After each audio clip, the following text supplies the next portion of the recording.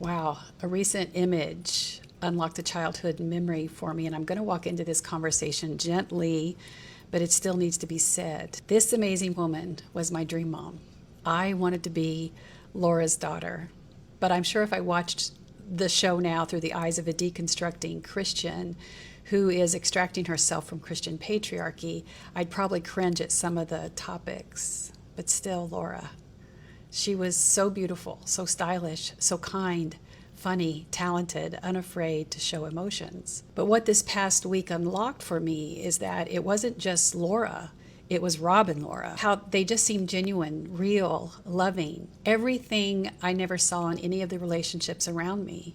And that truth may break the hearts of some who will watch this video, but tell me where I'm wrong. In my childhood, men were abusive of alcohol, of family finances, neglecting to pay for their children, and forget about being a positive role model. And they also abused women. And as the oldest child, grandchild, niece, I saw it all. And I more than saw it, I listened.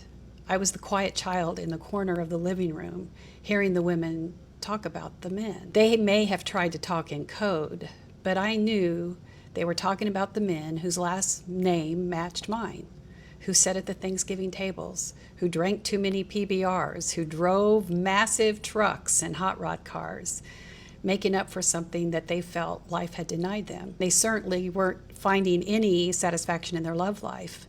Many of them used women like toilet paper. So I don't think I'm the only one who looked at the life of Rob and Laura and wanted to believe that that life was supposed to be the way it was, that you got to grow up in a house with two loving parents, that you got to live in a house more than 1 year at a time before you're up and suddenly having to move again, that you got to be a kid and not witness the pain of adults when they don't know what's wrong with them.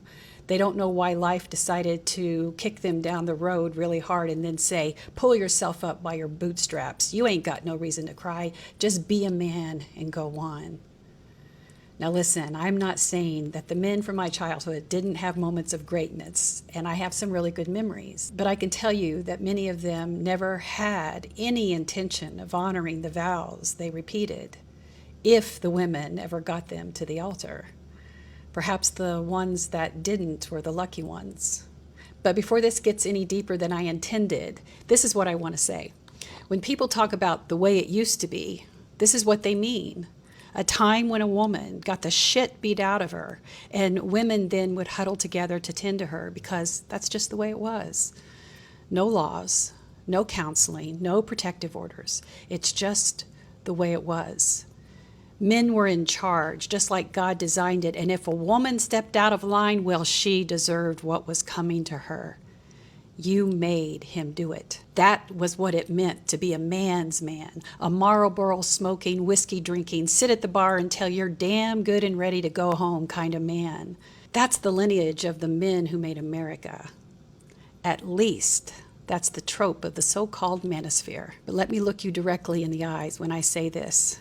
There is no man, absolutely none under God's yellow sun, who would look at this image and say, this is who I aspire to be. That this is the image that I want to show my boy and say, someday, son, you keep listening to men like Andrew and this could all be yours. No one is saying that.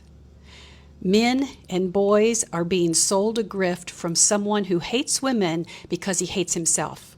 And while I will absolutely not say that all men who abuse women are internalizing homophobia, I will say there will be clues.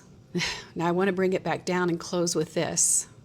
Listen, if you're struggling with your own childhood memories and trauma, where we dreamed of a life that we all should have had, then I encourage you to seek support or find people that you can talk to. And if you have been influenced anyway by the grift of Andrew Tate, then I encourage you to move quickly into deconstructing and decolonizing spaces so you understand the toxicity of patriarchy, white supremacy, misogyny, and how it harms not only those you love, but also you.